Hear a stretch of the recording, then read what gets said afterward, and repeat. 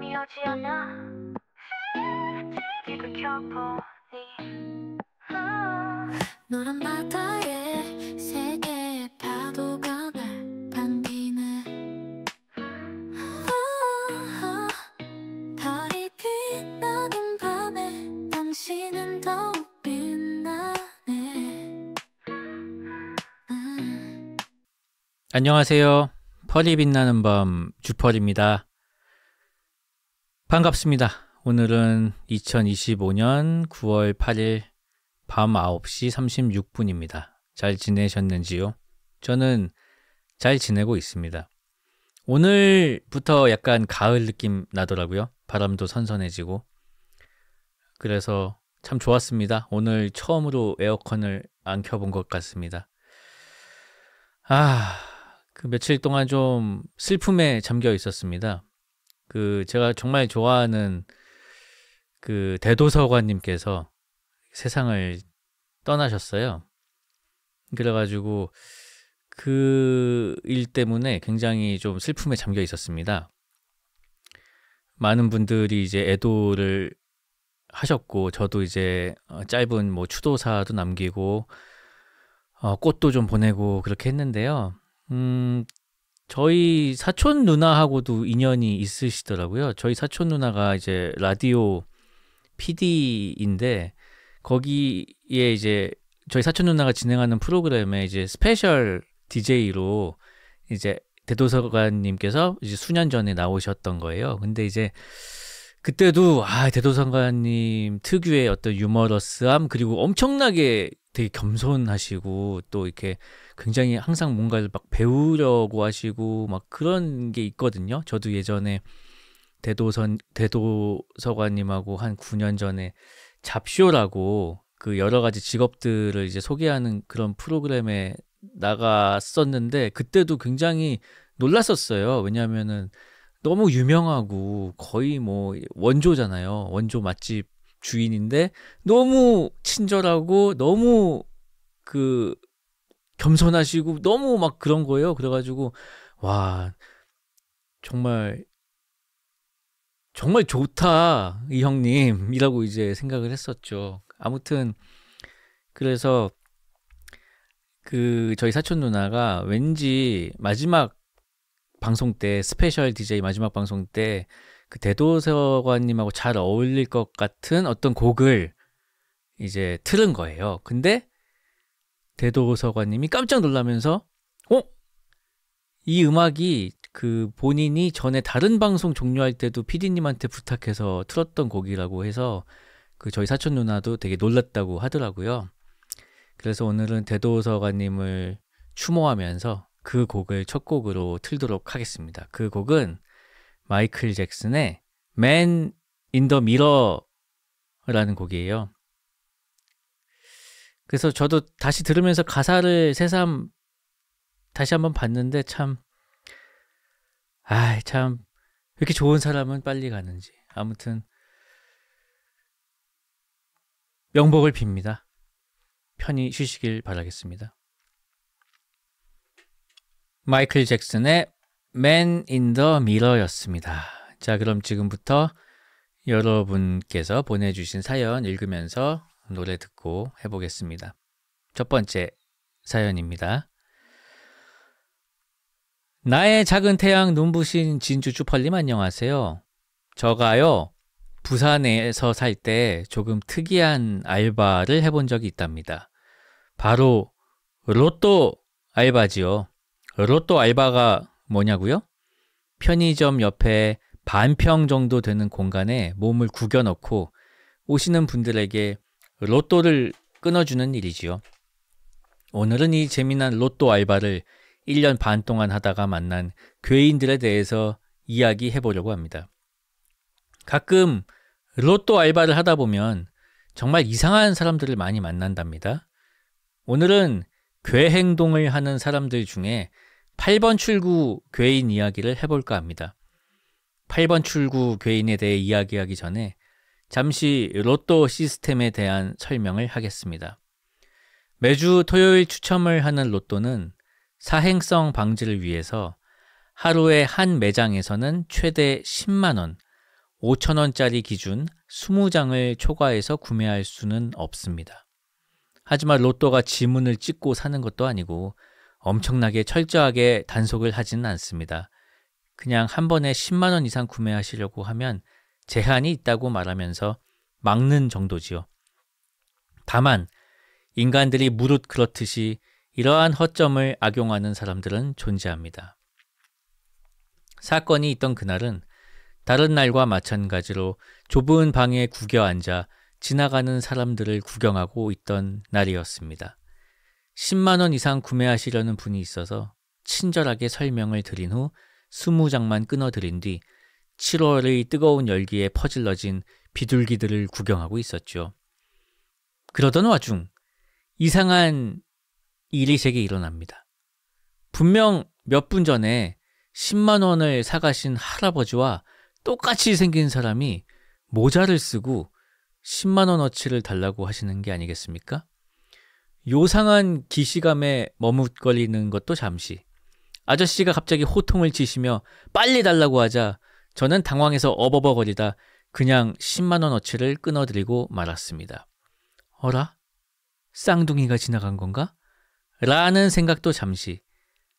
다음 손님이 오셔서 바로 일을 시작했죠. 하지만 더 이상한 일은 바로 30분 뒤에 또 일어났습니다. 분명 방금 본 할아버지가 모자에 선글라스, 꽃무늬 셔츠를 입고 다시 10만 원어치를 주문하는 게 아니겠습니까? 자타공인 8번 출구 페이커, 나 이제 완전 알았어의 주펄이라도 이상현상이 3번 더 일어나야 맞추셨겠지만 전 바로 이것이 이상현상이라는 것을 알아채고 바로 뒤돌아서 달려가지는 않았고요.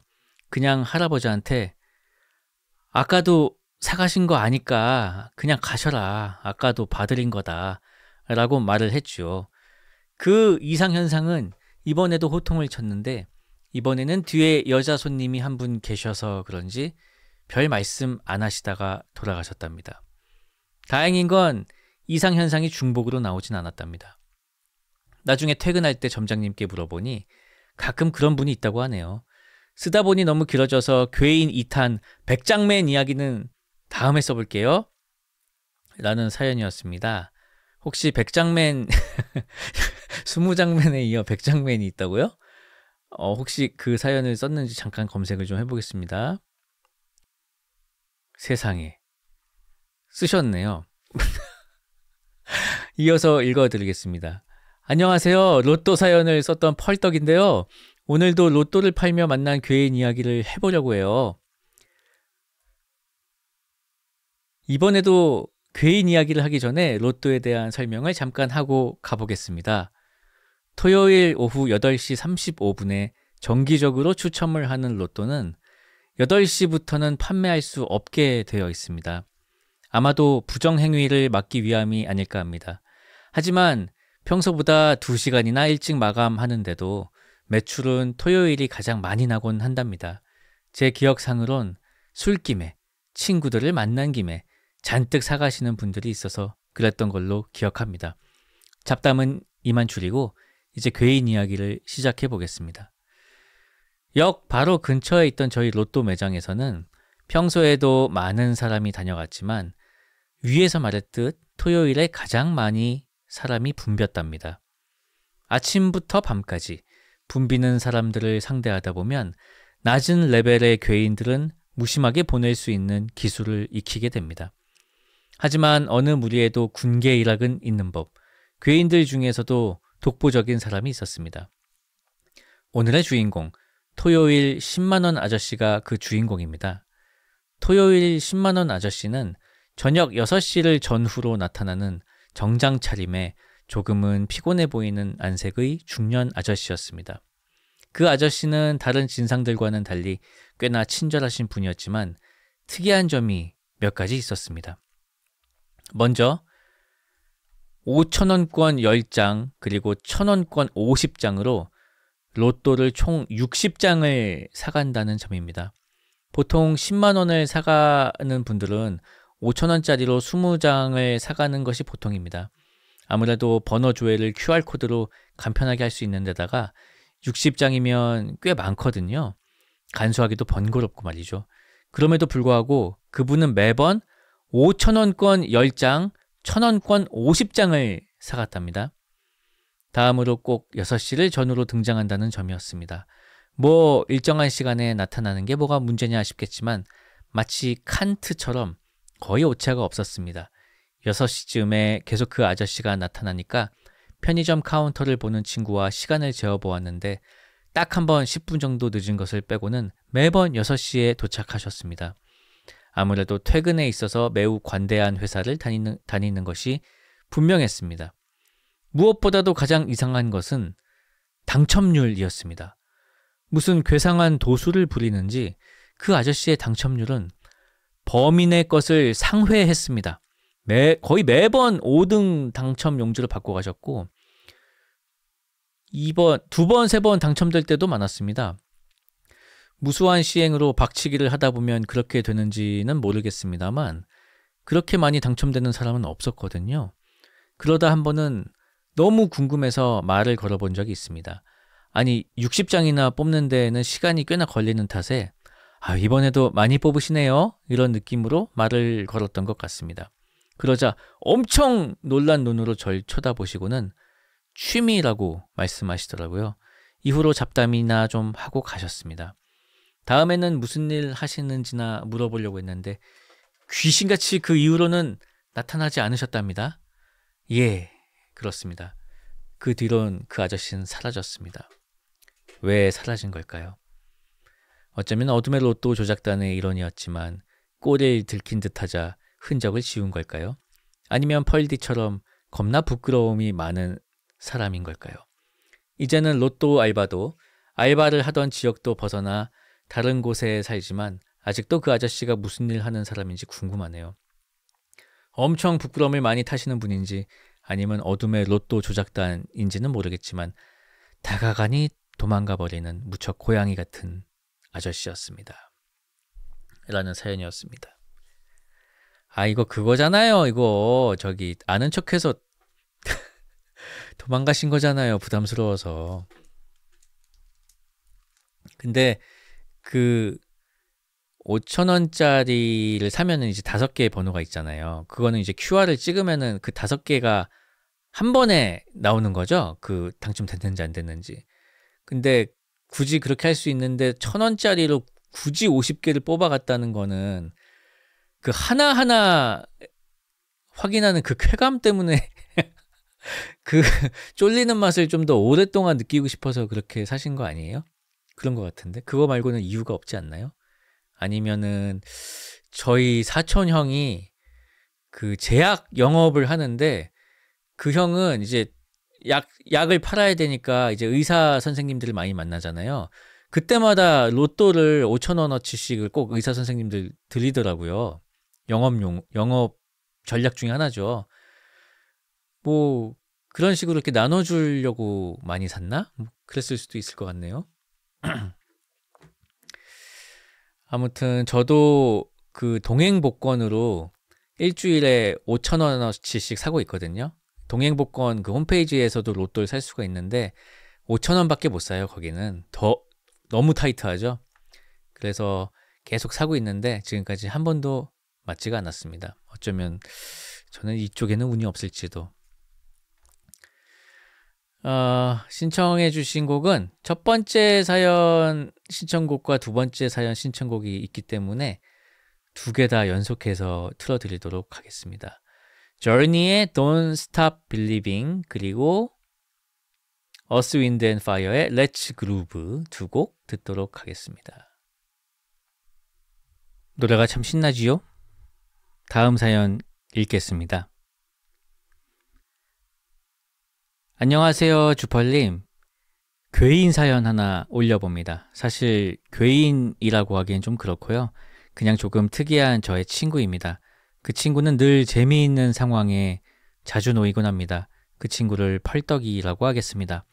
펄떡이와 저는 집이 바로 옆이라 늘 하교를 같이 했습니다. 첫 번째 일화는 가벼운 것부터 말씀드리겠습니다. 이 친구는 사람을 잘 못 알아봅니다. 매번 다른 사람을 착각하는 경우가 많은데요. 때는 학창시절 같이 하교하다가 갑자기 어떤 자전거를 보더니 병건아! 병건아! 멈춰봐! 하면서 미친 듯이 따라가더군요. 그래서 저도 병건이가 자전거를 타고 있나 보다 했습니다. 결국 병건이 자전거를 잡아섰더니 놀랍게도 그 친구는 병건이가 아니고 난생 처음 보는 사람이었습니다. 교복도 다르고 외모도 전혀 다른 그 친구를 왜 병건이라고 오해했는지, 그리고 병건이었다 한들 왜 잡았는지, 또 난생 처음 보는 사람이 미친 듯이 뛰면서 따라오니 자전거를 탄 친구는 얼마나 무서웠을까 싶더군요. 그리고 다른 날 하굣길에 또 이런 일이 일어납니다. 그날은 같은 반이지만 많이 친하지 않은 다른 친구 정화이와 함께 하교를 하게 되었는데요. 어색한 하굣길에 집 근처 상가에 있는 어떤 상점을 보며 펄떡이는 이렇게 말했습니다. 야, 저런 데다가 저런 가게를 왜 차릴까? 돈도 안 들 텐데. 진짜 이해가 안 된다. 무슨 생각인 걸까? 저는 별 생각 없이 속으로 그런가 싶었는데 뭔가 이상한 공기가 저를 휘감았습니다. 그러더니 정환이가 한마디 하더군요. 펄떡아, 저기 우리 아빠가 하는 가게야. 아직도 그 한마디와 그 친구의 표정은 잊히지가 않네요. 등골이 오싹해지는 그 상황은 지금도 생생합니다. 물론 펄떡이는 정환이에게 진심 어린 사과를 하고 그 후에도 잘 지냈습니다. 마지막 1화는 담임 선생님과의 이야기입니다. 학기 초 선생님과 1대1 면담을 하고 있던 때였는데요. 펄떡이도 역시 면담을 하게 되었고 선생님은 누구나에게 하듯 질문을 하셨습니다. 펄떡아, 너는 장래희망이 뭐니? 펄떡이는 딱히 장래희망이 없어서 농담 삼아 대통령이요! 라고 대답했다고 하더군요. 그날부터입니다. 선생님은 진심으로 펄떡이가 조금 모자란 친구라고 생각하게 되신 것 같았습니다. 어느 날은 펄떡이가 야자를 빼먹고 PC방에 가다가 담임 선생님과 다른 선생님에게 학교 앞에서 발각이 되었습니다. 그래서 다른 선생님이 너 여기서 뭐하니? 하고 묻자 저희 담임 선생님은 그 선생님에게 귓속말로 이렇게 말씀하셨다고 하더군요. 선생님, 조금 모자란 친구예요. 펄떡이는 귓속말이었지만 분명히 들었다고 합니다. 그래서 모자란 친구가 안쓰러웠는지 선생님들은 그냥 가라고 하셨다더군요. 걸려서 혼날 뻔한 걸 그냥 넘어갔지만 펄떡이는 심각한 고민에 빠졌다고 합니다. 내가 모자란가? 하고요. 물론 펄떡이는 전혀 모자란 친구가 아니에요. 인서울 4년제 대학도 졸업하고 현재도 자기 사업하면서 가정을 꾸리고 잘 살아가는 친구랍니다. 늘 민망한 상황에 놓이는 제 친구 사연 들어주셔서 감사합니다. 신청곡은 따로 없습니다.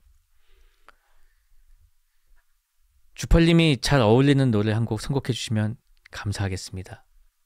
라는 사연이었습니다. 이장희님의 그건 너였습니다.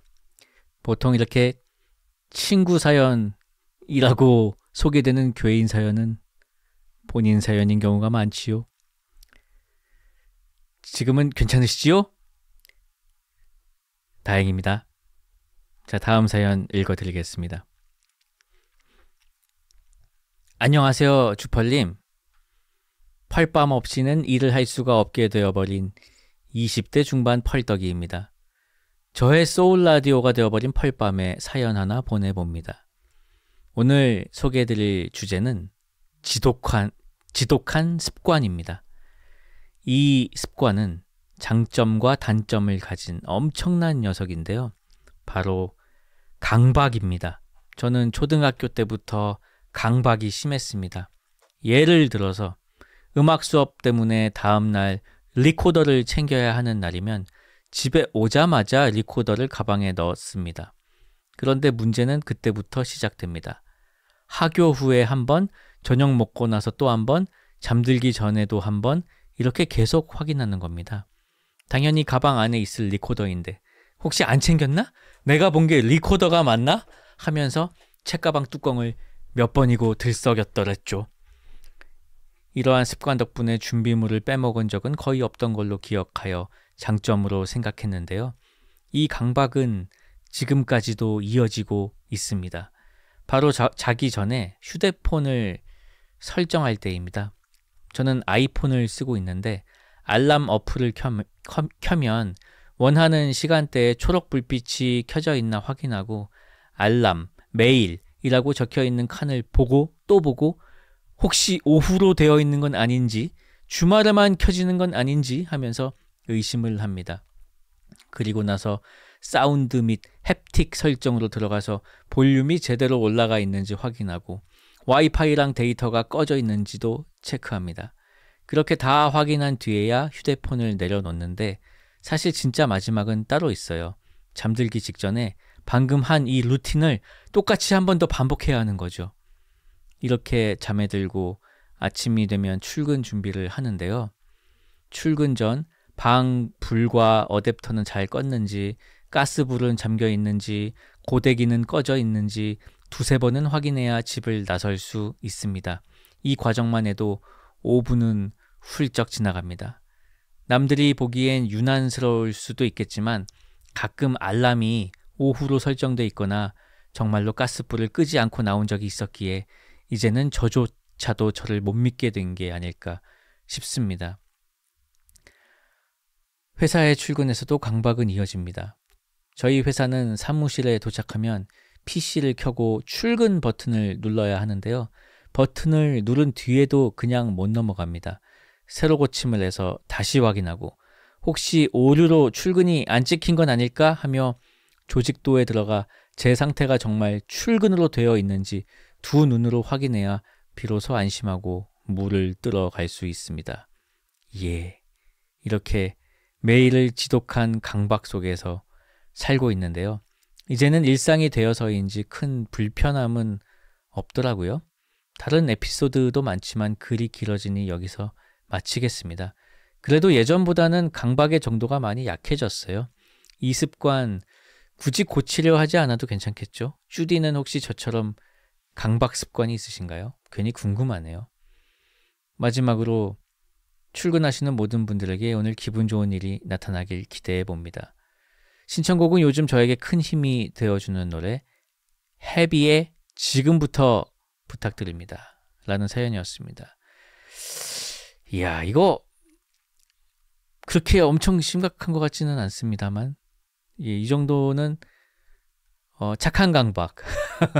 아니 실제로 가스불을 안 끄고 나오고 알람을 오후로 설정을 한 적이 있으신 거잖아요. 그래서 그 다음부터 이렇게 두세 번 더블 체크, 트리플 체크 하시는 거잖아요. 좋은 거 아니에요, 그냥? 나는 까먹는 것보다 그냥 이렇게 두세 번 계속 체크하는 게 나은 것 같은데? 물론 조금 불편은 하시겠지만 본인이 크게 불편 안 하시다면야 뭐 괜찮은 것 같은데요. 예. 노래 듣겠습니다. 노래가 아주 시원하군요.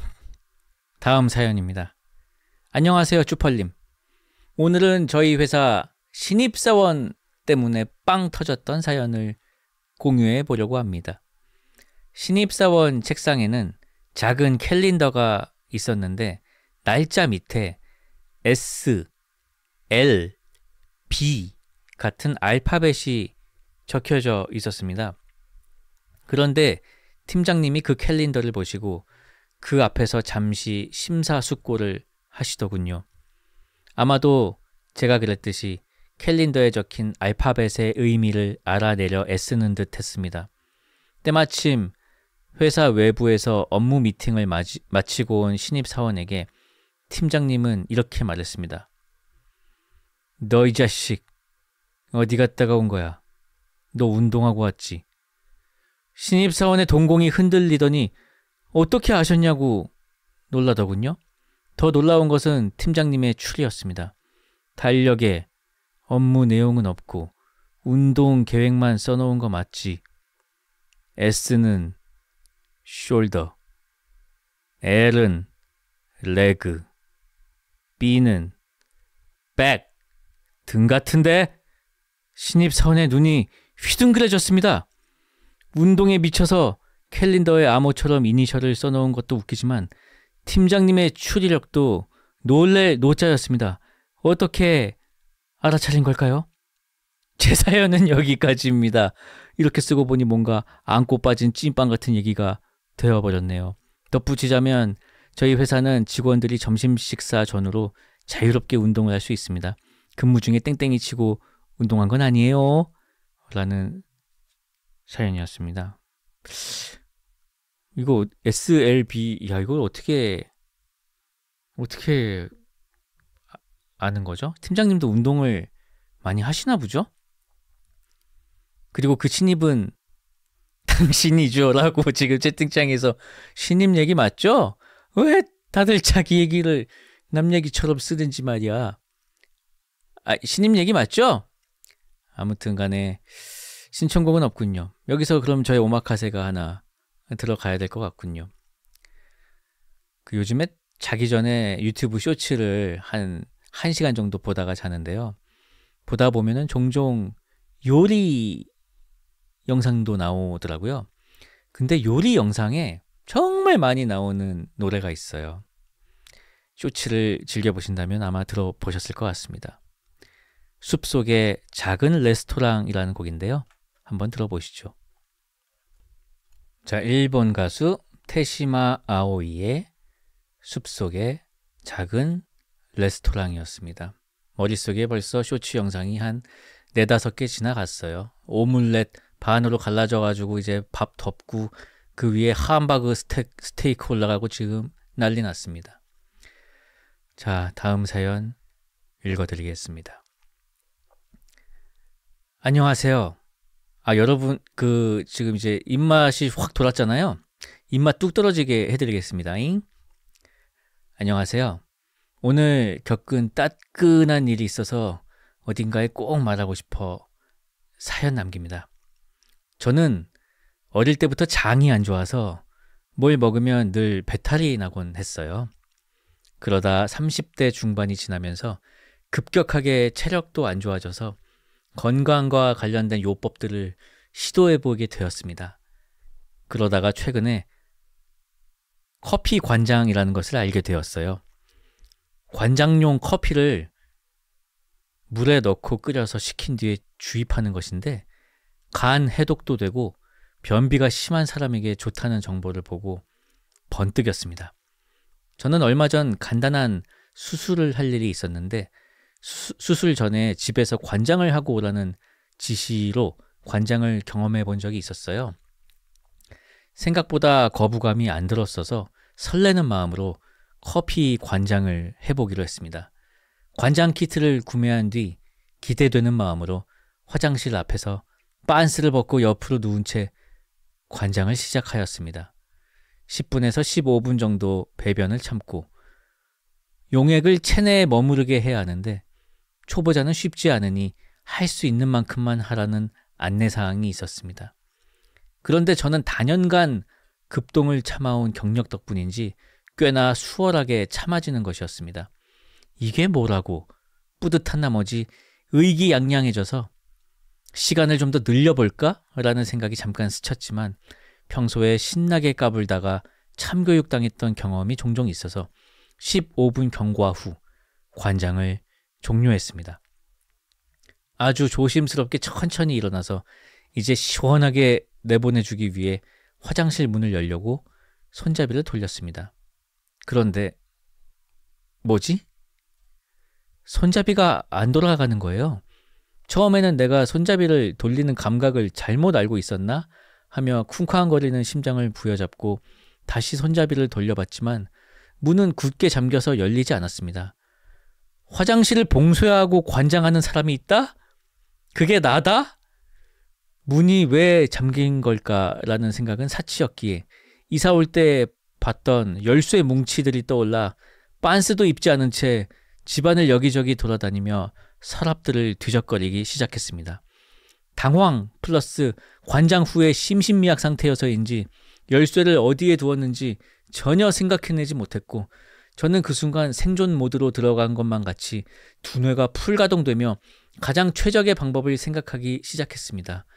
열쇠에 대한 생각을 즉시 멈추고 벗어두었던 빤스와 잠옷바지를 챙겨 입고 집 밖으로 나가서 최대한 가까운 주변 화장실을 가기로 했습니다. 핸드폰으로 지도에서 가장 가까운 화장실이 어디일지 검색하며 엘리베이터를 탔습니다. 집 바로 옆에 아주 큰 버스 터미널이 있어서 거기로 가기로 결정한 뒤 자극이 가면 참사가 벌어지므로 빠른 경보로 터미널로 향했습니다.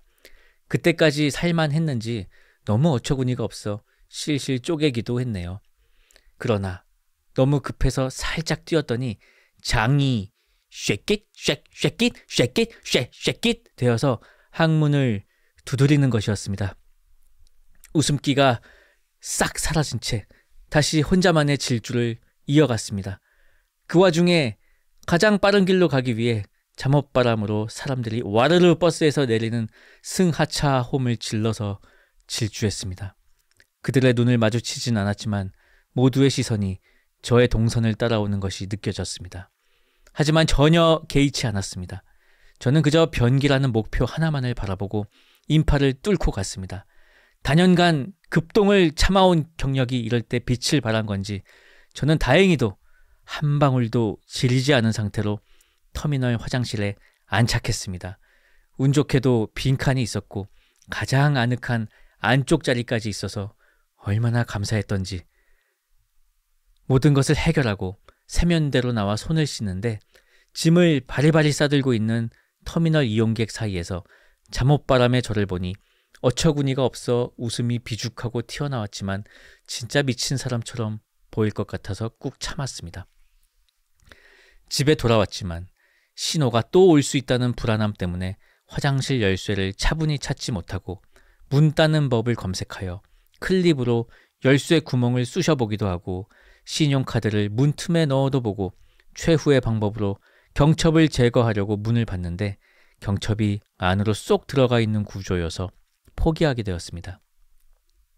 저는 이 모든 방법에 실패하고 난 뒤 그제서야 남은 방법은 열쇠를 찾는 것뿐이라는 생각에 정신을 집중해서 온 집안을 뒤적거려 신발장 맨 꼭대기 칸에서 이런 걸 쓰기나 하겠냐며 경솔하게 패대기 쳐놨던 열쇠 뭉치를 찾았습니다.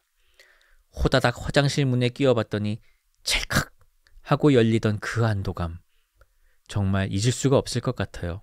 정말 뭔가 허무하지만 이렇게 저의 커피 관장기는 끝이 나게 되었습니다.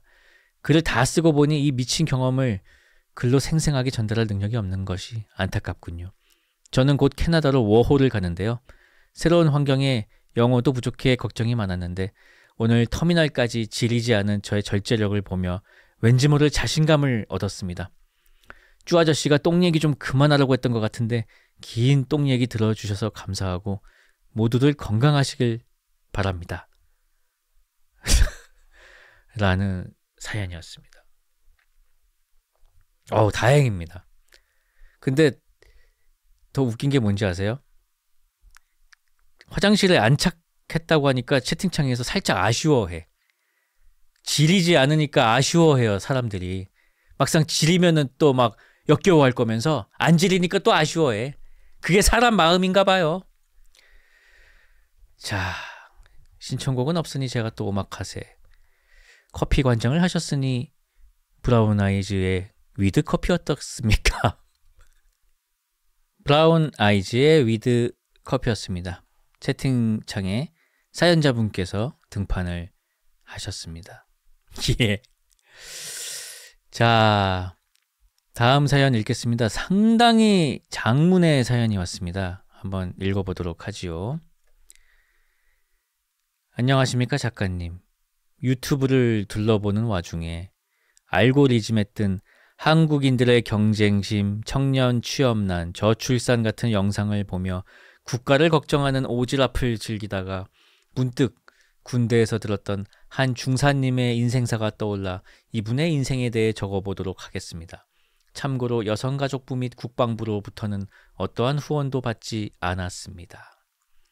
이 인생사를 듣게 된 계기는 이렇습니다. 어느 날 그 중사분을 포함하여 하사 두 분과 같이 술을 마시는 와중에 군 임관 동기에 대한 주제로 이야기가 나왔습니다.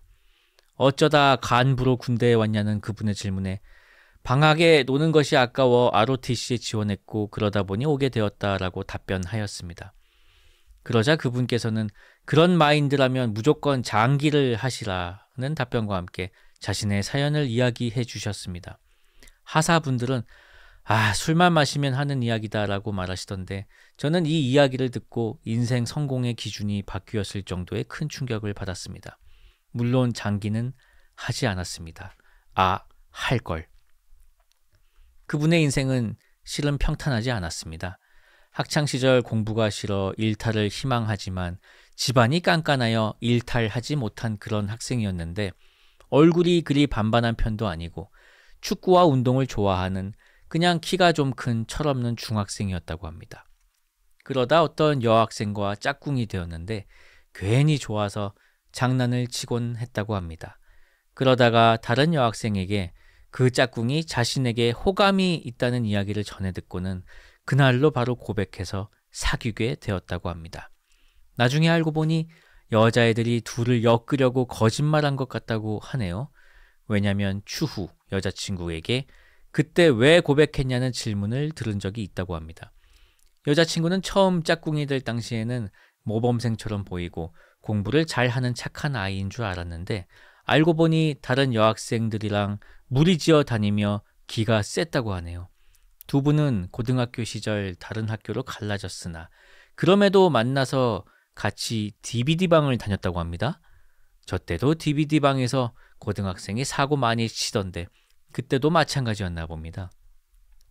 아무튼 그러다가 계획에 없는 아들이 생겨 처음에는 이를 숨기려 했지만 교사에게 들킨 이후 집에까지 알려져 부모님에게 집에서 쫓겨날 정도로 혼났고 겨우 도망쳐 나와 만난 여자친구 부모님에게는 죽일 놈이라며 온갖 욕설과 함께 주먹으로 얼굴을 맞아 쌍코피가 터졌다고 하네요.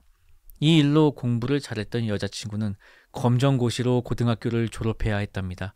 그럼에도 다행히 대학은 들어갔다고 하네요. 물론 고등학교 입학 당시 꿈꾸던 대학보다는 좀 낮은 대학이었겠죠. 술을 마시면서도 하는 말이 이 부분이 항상 미안하다고 합니다. 자신 역시 취업을 준비하려 자퇴하고 자격증 공부를 하려고 했는데 부모님의 설득으로 대학을 가기로 했답니다. 아기는 친부모께서 돌봐주시는 대신에 말이죠. 그러나 공부를 별로 좋아하지 않았기에 갈 수 있던 대학은 2년제 전문대학의 자동차 공학과 뿐이었습니다. 들어가자마자 엄청난 회의감이 들었다고 합니다. 염색이며 문신에 전국 꼴통들을 여기 다 모아둔 느낌이었다고 하네요. 나이 들어 오신 분들은 그나마 열심히 강의를 들었으나 자기 나이 또래들은 학교 자체를 안 오는 일이 부지기수, 술만 마시며 놀자판인 것 같기에 때려치려 했으나 차마 그러지는 못하고 휴학하여 등록금이랑 집값이라도 아끼자는 생각에 수도권에 있는 여자친구 자취방에 들어가 한 달가량 기생하며 놀았다고 합니다. 당시 어차피 자녀가 있어 군대를 상근으로 빠질 수 있으니 주소를 여기로 옮겨서 이쪽에서 출퇴근하며 살면 된다라는 철없고 안일한 생각이었다고 합니다. 그러나 4년제 대학 잘 다니고 있는 아내에 비해 자신은 딱히 하는 일이 없이 놀고 있다 보니 죄책감이 들었는지 뭐라도 해야 할 것 같아 처음에는 근처 인력사무소에 가보았다고 합니다. 거기서 봉고차를 탔는데 서늘한 아침 피로하고 내려앉은 분위기에 야 이거 잘못 탔다가 장기 털리고 못 돌아오는 거 아니야? 라는 생각마저 들었다네요. 다행히 멀쩡한 신장 2개로 열심히 요산을 빼며 일했다고 합니다. 공사판에서는 젊은 놈이 일용직하고 있는 모습이 안타까웠는지 나이 드신 분들이 저녁을 자주 사줬다고 합니다. 일하다가 얼굴이 좀 익으면 공사판 근처 식당 혹은 트럭 트렁크에서 막걸리를 마셨는데 당시 가장 많이 들었던 이야기는 넌 이런 곳에서 일하지 말고 얼른 공부해서 자격증 따고 좋은 일이나 해. 젊은이 뭐든 할 수 있다. 같은 말이었다고 합니다. 자주 본 얼굴 형님 대접하며 굽신대다 보니 그래도 6개월은 버틸 수 있었다고 합니다. 그러던 어느 날 우연히 지나가는 길에 근처 들렀다며 같이 밥이나 먹자고 연락이 온 아버지의 전화에 멀리 있는 친구 집에 놀러 갔다고 둘러대다가 그러면 너희 집에 들어가 기다리고 있겠다라는 답변이 돌아와 아버지에게 이러한 행적이 들키고 말았다네요.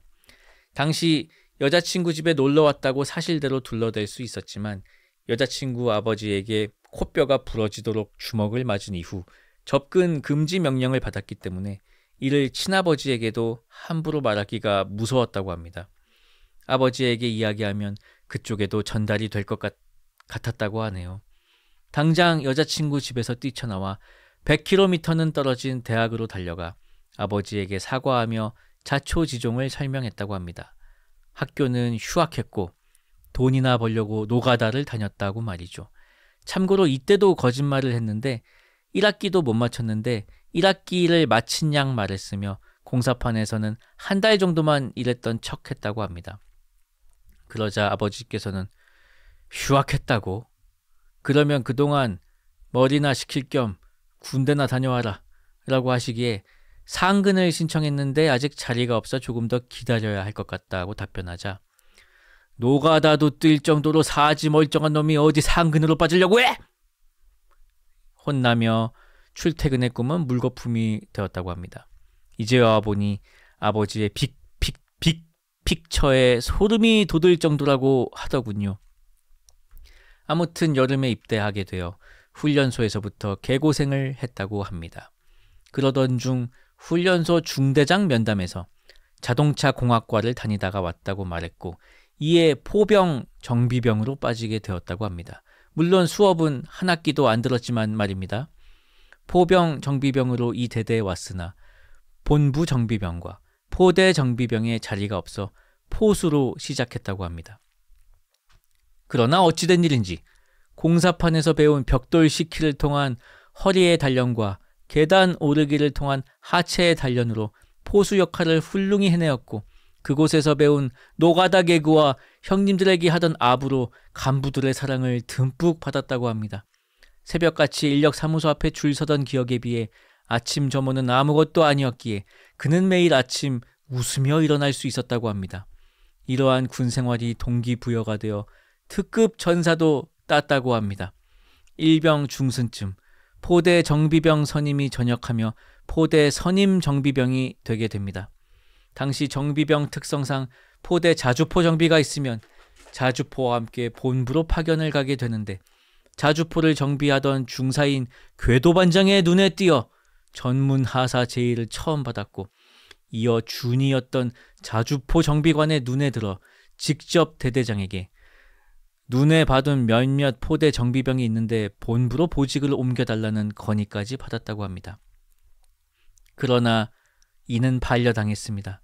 왜냐하면 본부 정비병은 그러한 공학 관련 학과 중 4년제를 다니던 병사들이 꽤 차고 있었기 때문에 전문대는 문대 볼 수가 없었다고 하네요.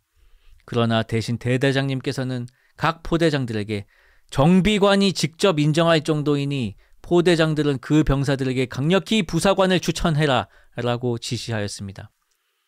당연하지만 군대에서 잘하는 병사는 사회에서도 잘합니다. 사회에서 잘하던 사람은 대부분 전역하고 찬란한 앞길을 기다리고 있습니다. 그래서 잘하는 사람들이 오히려 나가는 곳이 군대입니다. 이런 이유로 다른 포대의 정비병들은 전문 하사 제의를 거절했습니다. 단 한 명, 이분을 제외하고 말입니다. 물론 자신이 이러한 신임을 받았다는 이야기는 약간 과장한 감이 있습니다. 원래 잘 되면 과거도 미화되는 법이니까요. 아무튼 그분은 기회를 잡았고 결국 전문 하사를 하였습니다. 그러나 순탄할 것 같던 앞날에 위기가 찾아오게 됩니다. 하사였던 포반장 당시 첫 포탄 사격을 나갔는데 자주포의 기울기 센서가 고장나 자신의 포반에서 쏜 포탄만 산을 넘어가 버린 것입니다. 이는 실은 비사격이라는 포탄 없이 방열하는 훈련으로 충분히 눈치챌 수 있습니다. 다른 화포보다 포신이 더 올라가니까요. 그러나 침울해 있던 자신에게 대대장님께서 직접 오셔서 등을 토닥이며 괜찮다고 했답니다. 그때 처음 자신의 집안 사정을 대대장님께서 고려해 준 것 같다는 느낌이 들었다네요. 사회에서 약점이었던 것이 이곳에서 그 이후로 보호받는다는 생각이 들자 군대에 뼈를 묻어야겠다는 의지가 생겼다고 합니다. 이후 과음으로 선임 차바퀴를 변기인 줄 알고 붙잡으며 토한 썰. 전 대대장님에게 실수로 전화를 걸었는데 걸어놓고선 바로 끊으면 이상해 보일까봐 위 포탄 사격 당시에 감사 인사 겸 안부를 여쭈어 보아 강제로 감동받게 하였다는 썰 등 위기가 몇 번 찾아왔으나 이를 모두 극복하고 지금 이 자리에 있다고 합니다. 그리고 장기에 붙자마자 다시 여자친구의 아버지에게 찾아가 허락을 받는 것에 성공하여 결혼식을 올리게 되었다고 합니다. 그러나 위기가 한 번 더 찾아오는데 기혼 간부라 관사를 제공받았으나 거리가 있다 보니 출퇴근을 위한 중고차를 구매합니다.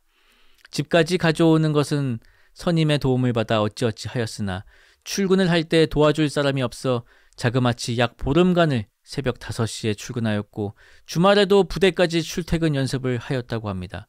원래 한 30분 거리인데 처음에는 3시간이 걸렸다고 하네요. 이게 들은 얘기라고요? 녹음한 거 아니고? 그리고 전 여자친구, 현 아내분은 은행에 취업하여 지점에서 근무한다고 합니다. 아내분은 출근 방향이 정반대라 따로 차가 있다고 합니다. 아들이 어린이집을 다니던 와중 주변 친구 중 자신의 아빠 나이가 제일 적어 놀림받은 적도 있다고 합니다. 당시에는 아버지 나이가 많으면 자랑이니까요. 사실 적은 쪽이 자랑인 것 같은데 말입니다. 저랑 대화하던 당시에는 아들이 초등학생이었는데 아내분이 은행원이시라 바빠서 중사부이던 남편이 대신 학교 운동회에 참여한 적이 있답니다. 군인의 액면가가 높다지만 다른 학부모들은 막내급 삼촌이나 사촌형이 온 줄 알았다고 하네요. 거기서 닭싸움이랑 달리기 씹어먹고 상품 받아서 돌아왔다고 합니다. 저랑 술 마시던 당시 둘째가 생겼다고 했습니다. 저랑 나이 차이도 얼마 안 나고 지금의 저보다 젊을 때인데 말이지요. 그것을 제일 먼저 전포대장인 제게 자랑하고 싶어 같이 한잔하자며 꼬드겼다고 실토하더군요. 그러면서 저에게 장기를 하면 결혼할 수 있다. 군인은 다들 일찍 결혼하지 않느냐고 했습니다. 그러나 전역한 저는 여전히 자녀는커녕 결혼조차 하지 못했습니다. 이렇게 긴 이야기를 그 술자리에서 전부 한 것은 아니고 여러 술자리에서 행보관, 포반장, 그리고 야간 근무를 서며 병사들이 해준 이야기, 그리고 당사자가 가끔 해준 이야기가 중간중간 들어가 있습니다. 시간 순으로 정리하다 보니 한 사람의 인생사가 그려지며 이야기가 풍부해졌네요. 이 이야기와 함께 제 성공의 기준이 바뀌었습니다. 성공이란 무엇일까요? 우리는 먼저 성공하고 결혼하는 인생을 지금까지 꿈꿔왔던 것은 아닐까요? 꿈을 먼저 이루고 가정을 나중에 꾸릴 거라 미뤘던 것은 아닐까요? 아니면 꿈을 이루면 화목한 가정이 뒤따라올 것이라 믿었던 것일까요? 이 이야기를 듣고 이런 생각이 들더군요. 진심으로 부럽다. 파란만장한 삶이라 하지만 이게 성공한 인생이었던 것입니다. 모두가 손가락질할 때, 모두가 일탈 청소년이라고 욕할 때 이 사람은 자신의 길을 걸었고 어렵지만 목적지에 도착하였습니다. 때로는 위험하기도 하고 때로는 두들겨 맞기도 하는 등 모욕을 견뎌내다 보면 결국 자녀 학교 운동회에 참여하여 자신을 실패한 인생, 실수한 인생이라 비난하던 40대, 50대 되는 학부모들을 닭싸움으로 때려 눕힐 수 있었던 것입니다. 그것이 진정한 성공이었던 것입니다.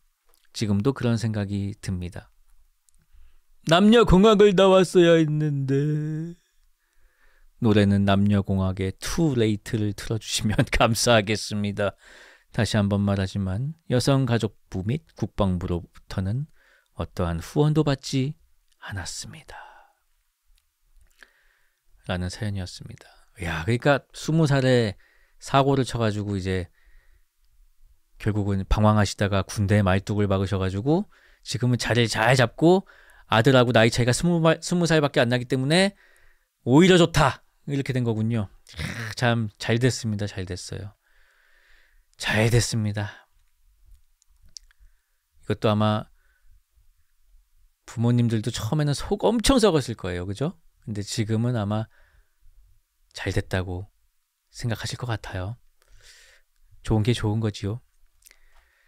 자, 남녀공학의 투레이트 한번 들어볼까요? 남녀공학의 투레이트였습니다. 전기 충격기를 맞았냐고. 이게 오토튠 이렇게 하는 거 있어요. 이거 한때 엄청 유행한 적 있어요. 무슨 전기 충격기를 맞아요.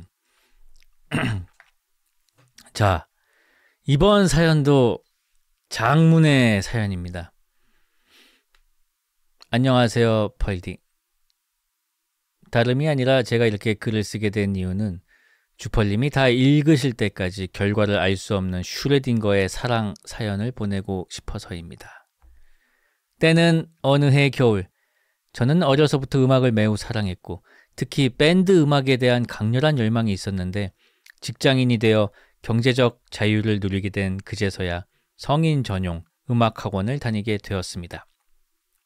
그리고 그곳에서 저는 사랑에 빠지고 말았습니다. 학원에서 일주일에 한 번 레슨을 해주시는 선생님을 짝사랑하게 된 것입니다. 참고로 선생님은 저보다 나이가 조금 어리셨습니다. 처음부터 그 선생님이 제 마음에 들어왔던 것은 아니었습니다. 그런데 자꾸 계속 보다 보니 점점 좋아지기 시작하더군요. 그리고 어느샌가 저는 그 선생님과 함께하는 일주일에 한 번 레슨 시간만 손꼽아 기다리는 사람이 되어 있었습니다. 하지만 저에게는 곧장 시련이 찾아왔습니다. 12월 크리스마스 근처 무렵 학원에서는 성탄절 연주회를 했고 연주 실력이 아직 쪼렙이었던 저는 연주회에 참석은 했지만 연주는 하지 않은 채 열심히 박수만 치고 뒤풀이에서는 열심히 광대짓을 하다가 뒤풀이 2차를 기분 좋게 갔는데 제가 좋아하는 선생님이 약간 늦게 자리에 오셨습니다. 그런데 어떤 남자분이랑 같이 들어오시는 게 아니겠습니까? 저는 그 두 분이 같이 들어오는 순간 직감했습니다. 저 두 사람은 커플이다. 선생님은 당장 그 자리에서는 강력하게 남자친구가 없다고 부인하셨으나 저는 믿지 않았답니다. 저는 그런 쪽에서 꽤나 촉이 강력했거든요. 그리고 몇 주 뒤 선생님은 다른 사람들과 함께하는 술자리에서 사실은 남자친구가 있다고 고백했습니다. 그리고 그 남자친구분은 제가 예상했었던 바로 그 사람이었죠. 저는 마음이 무너져 내렸지만 애써 마음을 감추고 축하드린다는 말만 남길 수밖에 없었습니다. 그렇게 임자에 있는 사람을 제 마음속에서 잊어보려고 했지만 매주 얼굴을 보는 사이인지라 좋아하는 마음이 좀처럼 없어지질 않더군요. 저는 그렇게 어쩔 수 없이 제가 좋아하는 마음을 꼭꼭 숨긴 채 몇 개월이 흘러갔습니다. 그렇게 몇 달이나 흘렀을까요? 또 역시나 수업이 끝나고 있던 뒤풀이 자리에서 선생님은 갑자기 폭탄 선언을 하게 됩니다. 따로 얘기 도는 거 싫어서 그냥 다 계신 자리에서 한 번만 얘기할게요. 저 헤어졌어요. 선생님이 헤어졌다는 선언을 처음 들은 다른 선생님들은 그 선생님을 달래주려고 곧장 주위로 몰려들었고 저는 조용히 그 선생님의 맞은편에 앉아 지금까지 어떤 게 힘들었고 그 사람은 왜 자신을 떠났고 하는 얘기를 다 들었습니다. 그리고 그날 저는 많이 취한 선생님을 집까지 모셔다 드렸습니다. 그 자리에 끝까지 남아있던 선생님의 제자는 저밖에 없다는 핑계를 담아서 말입니다. 선생님은 택시 안에서 저에게 푸념을 섞어 중얼거리기도 했습니다. 남자친구도 집에 안 데려다 줬는데 당신은 저를 왜 데려다 주시나요? 라는 눈빛으로 바라보는 선생님을 두고 저는 고개를 돌리며 침묵할 수밖에 없었습니다. 심장이 터질 것 같아서 그 상태에서 선생님 얼굴을 봤다간 바로 고백을 날려버릴 것 같았거든요. 그렇게 선생님을 잘 모셔다 드리고 저는 곧장 고민에 들어갔습니다. 무슨 고민이냐? 바로 고백을 할 것이냐 말 것이냐. 아니, 고백을 하는 건 확정이고 고백을 어떻게 할 것이냐에 대한 고민이었습니다. 여기서 펄님을 비롯한 수많은 펄청자 여러분들이 잠깐! 이라고 외치실 것이라는 것을 저도 잘 알고 있습니다. 고백은 그렇게 하는 것이 아니다. 고백은 도전이 아닌 확인이다. 라는 격언은 저도 아주 잘 알고 있습니다. 하지만 저는 지금까지 그런 식으로 연애하지 않았었습니다. 제 연애 전략은 미취학 아동 때부터 2립을 넘은 나이가 되도록 항상 선고백 훗고심이었거든요. 저는 일단 마음에 드는 사람이 생기면 좋아한다고, 사랑한다고, 결혼하고 싶다고 고백을 박습니다. 일단 그렇게 날 신경 쓰게 만듭니다. 그리고 그 사람 주변을 계속해서 맴돕니다. 그건 스토킹이 아니냐 하실 분들도 있겠지만 잡혀간 적은 아직 없습니다. 항상 허락을 받고 맴돌거든요. 제가 당신을 좋아하는데 제가 당신을 좀 쫓아다녀도 될까요? 아니요, 꺼지세요 라는 반응이 나오면 찌질거리며 돌아섭니다. 네, 뭐 마음대로 하세요 라는 반응이 나오면 계속 잘해줍니다. 필요할 때 항상 그 사람 앞에 나타납니다. 그리고 도와줍니다. 그러면 거기서 또 반응은 둘로 나뉩니다. 저의 무한 애정 표현에 결국 저를 좋아하게 되는 사람과는 사귀게 되고, 그렇게 했는데도 저를 좋아하지 않게 된 사람과는 자연스럽게 멀어지지요. 그런 방식으로 계속해서 연애를 해왔던 저는 패스트 고백 테크트리에 익숙해져 있던 터라 바로 어떻게 고백을 할지 고민에 들어가기 시작했습니다. 저는 바로 D-Day를 잡고 선생님께 제 진심을 전달할 예쁘고 구구절절한 편지 한 통을 쓰기 시작했습니다. 저는 인생이라는 이정표 없는 커다랗고 복잡한 갈림길들 속에서 서로를 의지하며 같은 방향을 바라보고 나란히 걸어가는 사람들을 연인이라고 생각합니다.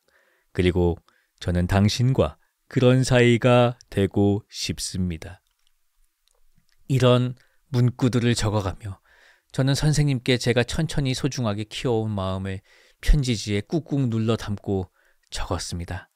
그리고 D-Day, 저는 일부러 그날의 가장 마지막 시간으로 레슨을 잡았습니다. 그리고 레슨이 끝난 후 선생님께 말씀을 드렸지요. 선생님, 혹시 실례가 안 된다면 오늘 제가 집에 모셔다 드려도 괜찮을지요? 선생님은 굉장히 곤란스러운 얼굴이었지만 일단 그러자고 했습니다. 그리고 선생님 집에 가는 길 내내 선생님은 불안한 얼굴로 혹시 자기가 저번에 술 먹고 실수한 것이 있냐고 물었고, 저는 조용히 고개만 저었습니다. 드디어 선생님이 사시는 아파트 단지에 들어서서 말할 게 뭐냐고 빨리 말하라고 재촉하는 선생님 앞에서 저는 선생님을 좋아한다고 말하게 되었습니다. 선생님은 전혀 생각해보지 않았다는 반응이었습니다. 저는 선생님께 준비한 편지와 제 마음을 드리고는 답은 천천히 주셔도 된다고 말하고 덤덤히 돌아섰습니다. 그리고 열흘이 지났습니다. 선생님은 제게 이렇게 말하셨습니다. 죄송해요. 남자로는 생각해보지 않은 것 같아요. 그렇게 저는 거절을 당하였습니다. 하지만 괜찮았습니다. 제 연애 전략은 항상 선 고백 후 꼬심이었으니까요. 저는 지체하지 않고 다음 스텝을 밟았습니다. 그렇다면 선택지를 드리겠습니다. 1번, 지금처럼 지내던 대로 지낸다. 2번, 당장 눈앞에서 사라져드린다. 2번 선택지를 듣더니 빵 터지신 선생님은 그게 뭐냐며 웃더니 자기는 지금처럼 지내던 대로 지내는 게 좋다고 하더군요. 그래서 저는 선생님을 좋아하는 채로, 그리고 선생님에게 고백을 한 채로, 그리고 선생님에게 그 마음을 거절당한 채로 몇 달 더 레슨을 받게 됩니다. 그런데 그 즈음 학원에 엄청난 사건이 하나 벌어지게 됩니다. 바로 포스트잇 사건입니다. 저희 학원에서는 새해 맞이 소원 빌기라는 이벤트를 설날에 했었는데, 그때 많은 사람들이 포스트잇에 소원을 3가지 적어 게시판에 붙여놨고, 그걸 버리기 아까웠는지 학원 매니저님이 학원 로비에 그걸 계속 붙여놨었습니다. 그런데 어느 날 갑자기 못 보던 포스트잇 하나가 그 게시판에 붙어있는 게 아니겠습니까? 그 포스트잇의 내용은 다음과 같았습니다. 1. 레슨쌤 좋아하지 않기. 2. 고백하지 않기. 3. 짝사랑으로만 남기기. 마치 자신의 레슨 선생님을 좋아한다는 뉘앙스가 풍기는 이 포스트잇은 놀랍게도 제가 쓴 포스트잇이 아니었습니다. 마치 저를 저격하는 듯한 느낌을 지울 수 없는 이 포스트잇은 발견되자마자 곧장 학원의 엄청난 화제거리로 떠올랐습니다. 더 강한 자극이 항상 필요한 현대 직장인들에게 이 포스트잇과 함께 그려지는 러브 스토리는 엄청난 도파민이 되기에 충분했죠. 사람들은 필적 대조까지 해가며 이 포스트잇의 주인공을 찾기 시작했습니다. 저는 그 포스트잇을 보고 엄청난 충격을 받았습니다. 누가 내가 선생님을 좋아하는 것을 알고 있나? 라고 생각했기 때문입니다. 하지만 저는 내색하지 않으려고 침착하게 하하하 누가 이런 걸 썼을까요? 라고 반응하며 대수롭지 않게 그 사건을 넘겼습니다. 그리고 여름 연주의 날이 다가왔습니다. 저는 무슨 바람이 불었는지 여름 연주회에 참가했습니다. 그리고 여름 연주회에서 악기 연주와 함께 노래도 곁들였습니다. 사랑한다는 말이 꽤 많이 등장했던 그 곡은 사실 선생님을 향한 제 마음을 간접적으로나마 표현한 곡이기도 했습니다. 제 연주가 끝나고 많은 사람들이 박수를 쳐주며 저마다 농담을 한마디씩 던졌습니다. 요, 펄떡씨! 누구 생각하면서 부른 거야? 펄떡씨, 전 여친 아직 못 잊었어? 그런데 누군가 이런 농담도 던졌습니다. 혹시 그때 포스트잇 쓴 거 펄떡씨 아니야? 다들 웃고 있는데 저는 그때 단 한 사람이 웃지 못하는 것을 봤습니다. 그것은 바로 선생님이었던 것입니다. 저는 웃지 못하는 선생님을 보고 깨달았습니다. 아, 선생님이 포스트잇을 내가 썼다고 오해하고 있구나. 저는 이 오해를 빠르게 풀어야겠다고 생각하고는 바로 그날 뒤풀이에 참석하여 선생님을 있는 힘껏 에스코트했습니다.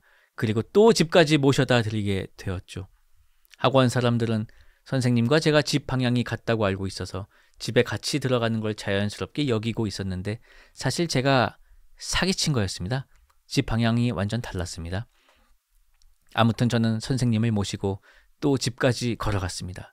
그리고 집 앞에 멈춰서자 선생님은 먼저 저에게 말을 걸었습니다. 뭔가 할 말 없나요? 할 말 있습니다. 저는 선생님께 포스트잇은 제가 쓴 게 아니라는 사실을 알렸습니다. 선생님은 크게 놀란 듯했습니다. 펄떡씨가 아니라면 그걸 누가 썼을까요? 라며 진지하게 추리하는 모습도 보였습니다. 이윽고 침묵이 흐르자 저는 한마디 넌지시 던졌습니다. 포스트잇은 제가 안 썼지만 그래도 사실 저는 선생님을 아직도 좋아하고 있습니다. 그 말에 선생님은 고개를 푹 숙이셨습니다. 그리고 저한테 제가 요즘 힘들어하는 것 같아서 마음이 쓰였다고 했습니다. 알고 보니 학원 내에서 얘기가 좀 나왔더라고요. 요즘 펄떡씨 표정이 안 좋아 보인다. 뭔가 힘든 일이 있어 보인다.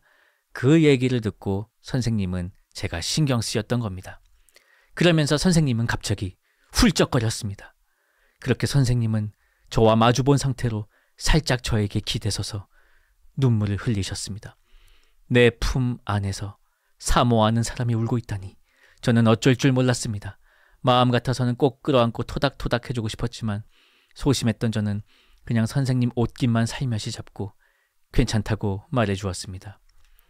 그렇게 조금 지난 후 눈물이 멈춘 선생님은 정신이 돌아왔는지 멋쩍었는지 저를 쳐다보지도 않고 도망치듯 아파트 현관으로 뛰어가셨습니다. 그렇게 저는 멍청하게 손을 흔들면서 선생님을 떠나보냈습니다.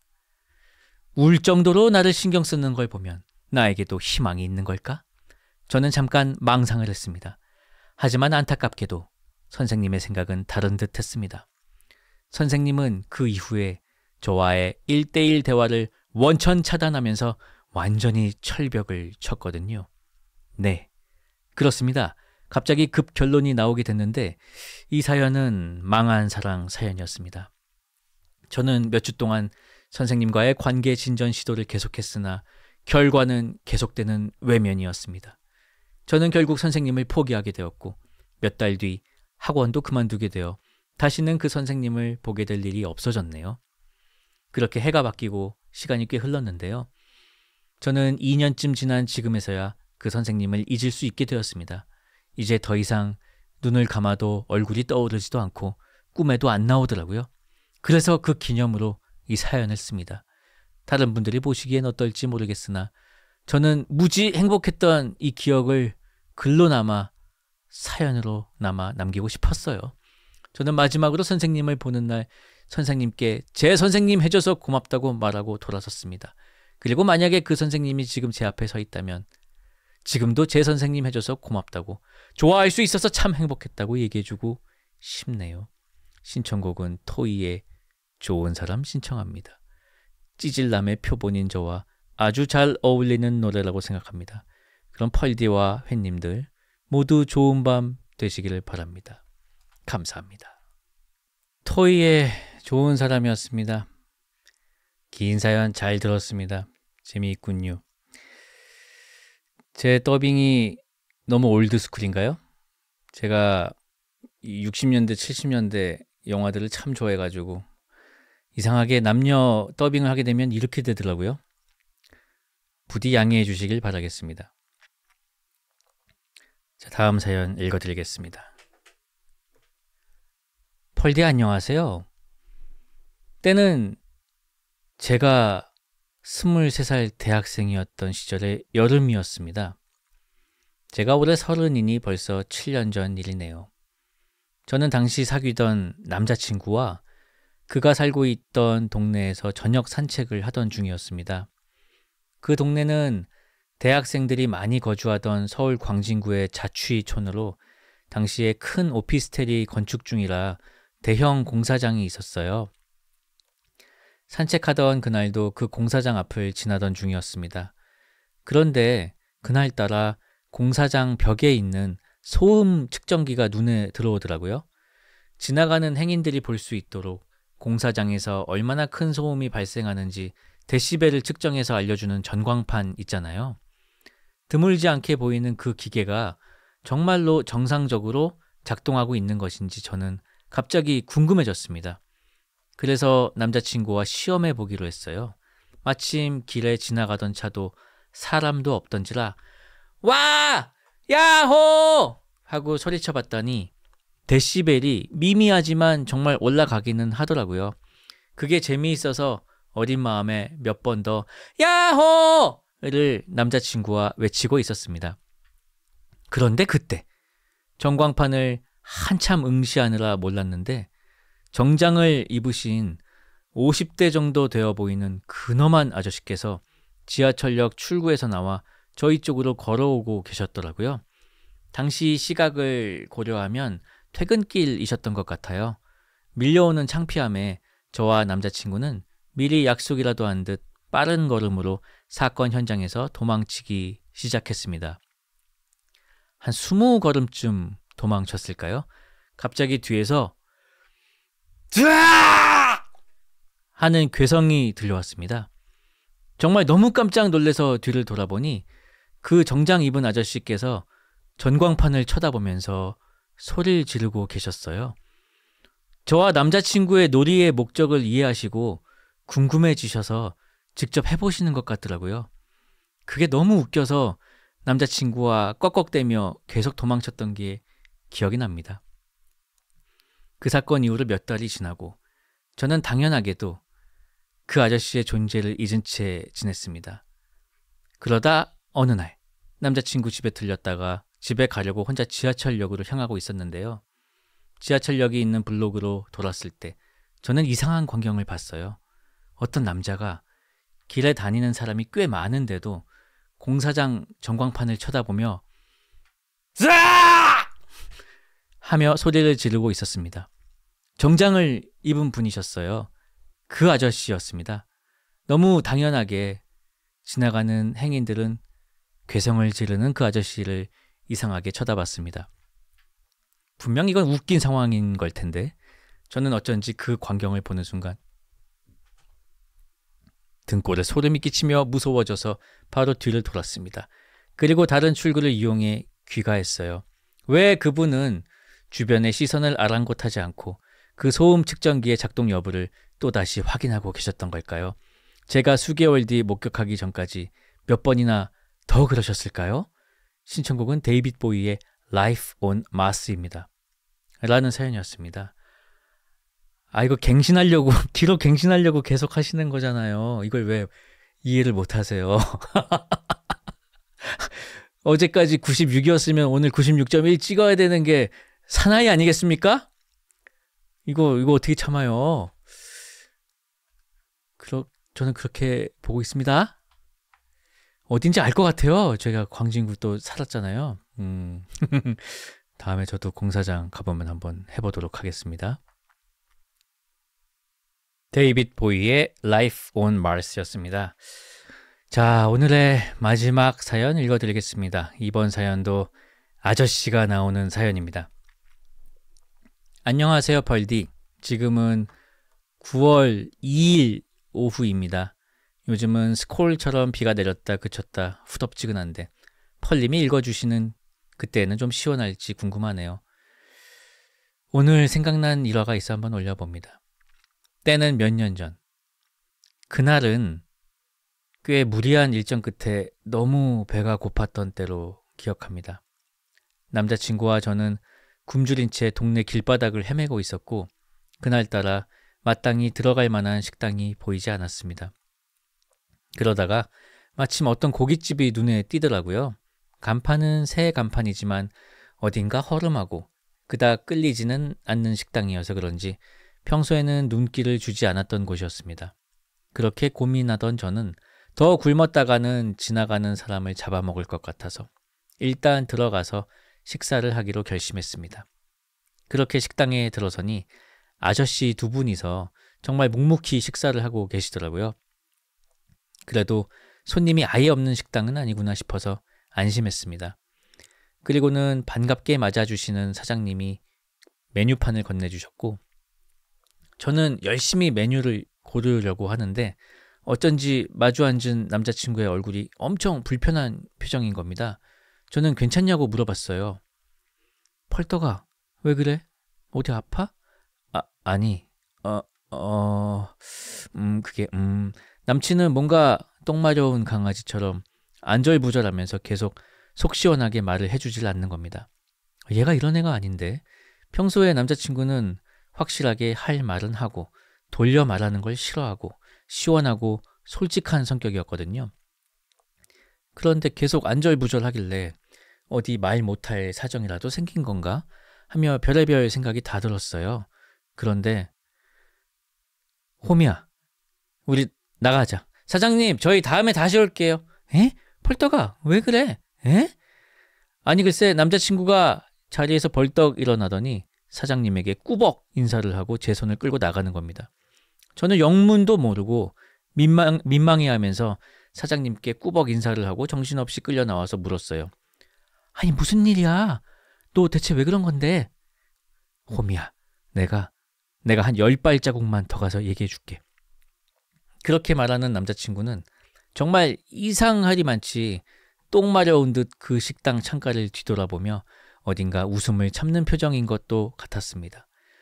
저는 거의 궁금증에 돌아버리기 직전 드디어 입을 연 남자친구에게 모든 사건의 전말을 들을 수 있었습니다. 몇 분 전으로 거슬러 올라가 식당에 들어선 직후 남자친구는 자리를 향해 걸어가다가 먼저 식사하시던 아저씨들 테이블과 눈이 마주쳤다고 합니다. 뭐 그런가 보다 싶어서 그냥 걷고 있는데 아저씨가 눈을 지그시 감으시더니 고개를 저으시더랍니다. 뭐지? 나보라고 저러시는 건 아니겠지? 하는 생각이 들어 시선을 피하고 저와 함께 메뉴판을 보려는데 순간 또 눈이 마주쳤답니다. 남자친구는 이번에도 정확히 눈을 마주치며 고개를 천천히 젓는 아저씨를 보고서는 그게 무슨 메시지인지 단박에 알아차린 거예요. 아저씨들의 테이블에 올려져 있는 형편없는 반찬들과 구워졌지만 줄어들 생각이 없는 고기 조각들, 그리고 정말 어두운 표정으로 묵묵히 고기를 바라보며 아주 천천히 씹고 있는 아저씨들. 그 아저씨들은 이제 막 식당에 들어와 주문을 하려는 저희를 말리려고 했던 겁니다. 말 한마디 건네지 않았지만 너무나 와닿았던 메시지에 남자친구는 어떻게 해야 하나 고민에 빠졌습니다. 그것도 모르고 저는 열심히 메뉴를 고르고 있었고 친절하게 주문을 받을 준비를 하시는 사장님 사이에서 치열하게 고민을 하던 남자친구는 결국 저를 붙잡고 황급히 가게를 나온 것이었습니다. 그렇게 혼란스러워서 자꾸 물어보는 저를 뒤로 하고 고개를 돌린 남자친구는 똑똑히 보았다고 합니다. 여전히 가게 창가 자리에 앉아 고기를 굽고 계신 아저씨가 남자친구를 향해 은은하게 미소 지으며 고개를 끄덕이던 모습을요. 남자친구는 가게에 신뢰가 되지 않기 위해, 그리고 그렇게 열심히 메시지를 전달해 주신 아저씨를 위해 가게에서 한참이나 떨어진 뒤에 정말 깔깔 웃으며 저에게 이 이야기를 털어주는데 저도 웃다가 쓰러질 뻔했습니다. 얼마 뒤 그 식당은 또 다른 메뉴로 간판이 바뀌는 걸 반복하다가 지금은 아예 식당이 아닌 다른 업종으로 변경하신 것 같더라고요. 그리고 저희를 구해주신 그 아저씨, 저는 얼굴도 모르지만 남자친구의 생생한 묘사 때문에 아직도 너무 기억에 남습니다. 과연 그 아저씨는 지금쯤 어디서 뭘 하고 계실까요? 또 다른 식당에서 누군가를 구해주고 계시진 않으실까요? 정말 마음씨 따뜻한 정의로운 괴인, 아니 의인 사연이었습니다. 그럼 읽어주셔서 들어주셔서 감사합니다. 털보야 사랑해. 마지막으로 하나 둘 셋 쭈펄 화이팅! 그 아저씨는 지금 데시벨 측정기 앞에서 소리를 지르고 계실 수도 몰라요. 아무튼 오늘은 정말 재미있는 아저씨들이 많이 나왔군요. 이 사연은 정말 뭔가 그림으로 그려져요. 뭔가 시트콤의 한 장면 같아요. 누가 과연 이 천천히 고개를 젓는 연기를 하면 어울릴까 생각을 하면서 사연을 읽었답니다. 자, 오늘 준비한 사연은 여기까지였습니다. 참, 여러분, 오늘 마지막 인사는요, 건강하시라는 말씀을 꼭 드리고 싶습니다. 제가 참 건강을 저도 챙겨야 될 것 같고요. 여러분 진짜 건강하십시오. 그럼 마지막 노래 띄워드리면서 이만 인사드리도록 하겠습니다. 지금까지 펄이 빛나는 밤이었습니다. 안녕히 계십시오.